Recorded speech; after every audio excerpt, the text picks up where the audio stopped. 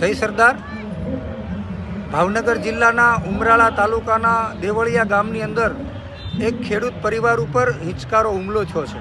એ ખેડૂત પરિવાર ઉપર હિંચકારો હુમલો થવાનું કારણ કે એ અસામાજિક તત્વોને ત્યાં એ પ્લોટ પચાવી પાડવો હતો, એ જમીન પચાવી પાડવી હતી, એ જગ્યા ખાલી પડેલી પચાવી પાડવી હતી કે અમારે માતાજીનો મઢ બનાવવો છે એટલે અમને તારે જમીન આપવી પડશે ને, જો તું જમીન નહીં આપ તો 25 વર્ષ સુધી જો જેલમાં જવું પડશે ને તો એ પણ અમે તૈયાર છીએ. આવું કહી અને એ પાટીદાર પરિવાર ઉપર હુમલો કરે છે.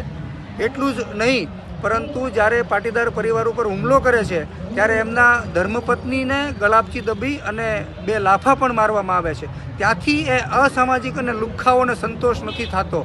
એ લુખ્ખાઓ 80 વર્ષના વયોવૃદ્ધ માતાને જ્યારે અભદ્ર ભાષામાં જે ગાળો બોલે છે અને તારા છોકરાને મારી નાખીશ જો મને પ્લોટ નહીં આપે એવી ભાષામાં વાત કરે છે અને ડરામણી વાત કરે છે, ત્યારે ચોક્કસ આ પોલીસ તંત્ર અમને મદદ કરી રહ્યું છે. પોલીસ તંત્ર આટલી બધી મદદ કરતું હોવા છતાં ગામડાના લોકો ડરે છે. ત્યારે આજે સુરતની અંદર અમે પાટીદાર સેવા સંઘના નેજા હેઠળ મિટિંગ યોજી છે અને એ મિટિંગનો એક જ માત્ર હેતુ છે કે ગામડાઓને જીવંત કરવા. ગામડાઓની અંદર રહેલા દરેક સમાજના લોકો આ લુખ્ખાઓ જે હેરાન કરે છે, અસામાજિક તત્વો જે હેરાન કરે છે એને ડામવા માટે, ગામડાને જીવંત કરવા માટે અમારો પ્રયાસ છે.